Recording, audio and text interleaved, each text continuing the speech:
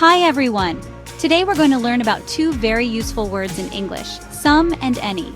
These little words are like spices in your sentences, adding just the right flavor to what you want to say. Don't worry, they're super easy to learn, and in just a few minutes you'll be using them like a pro. Let's start with some. We use some when we're talking about a quantity of something, but we don't know exactly how much. Think of it like this. You have a bag of chips, and you offer some to your friend. You're not saying how many chips, just that there are some in the bag. Some is used in positive sentences. Example voice. For example, I have some chocolates. This means I have a few chocolates, but I'm not saying exactly how many. She bought some milk. She purchased an amount of milk, but we don't know the exact quantity. See? Using some is easy and makes your sentences sound natural.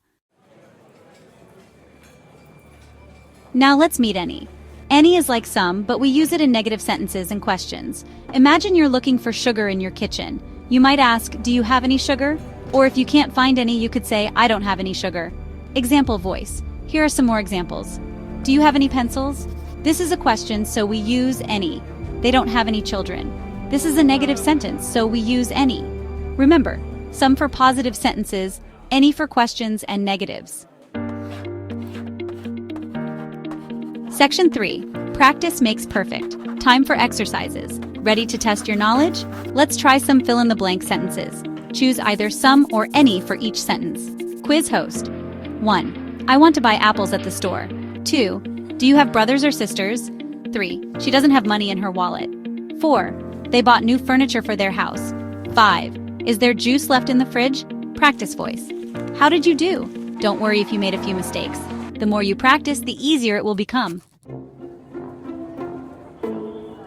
Section 4. Some and any in action. A chat with friends. Let's see how some and any work in a real conversation. Hi, Sarah. Are you coming to the party tonight? Definitely. Are you bringing snacks? Of course. I'm bringing chips and dip. How about you? I don't have chips, but I can bring drinks. Perfect. See you tonight. Key points to remember. Use some in positive sentences to talk about an indefinite quantity. Use any in negative sentences and questions to talk about an indefinite quantity. That's it. You've mastered some and any. Keep practicing, and soon you'll be using these words confidently in your everyday conversations. Good luck. Don't forget to like, comment, and subscribe. Let me know if you want more lessons in the comment section. Happy learning!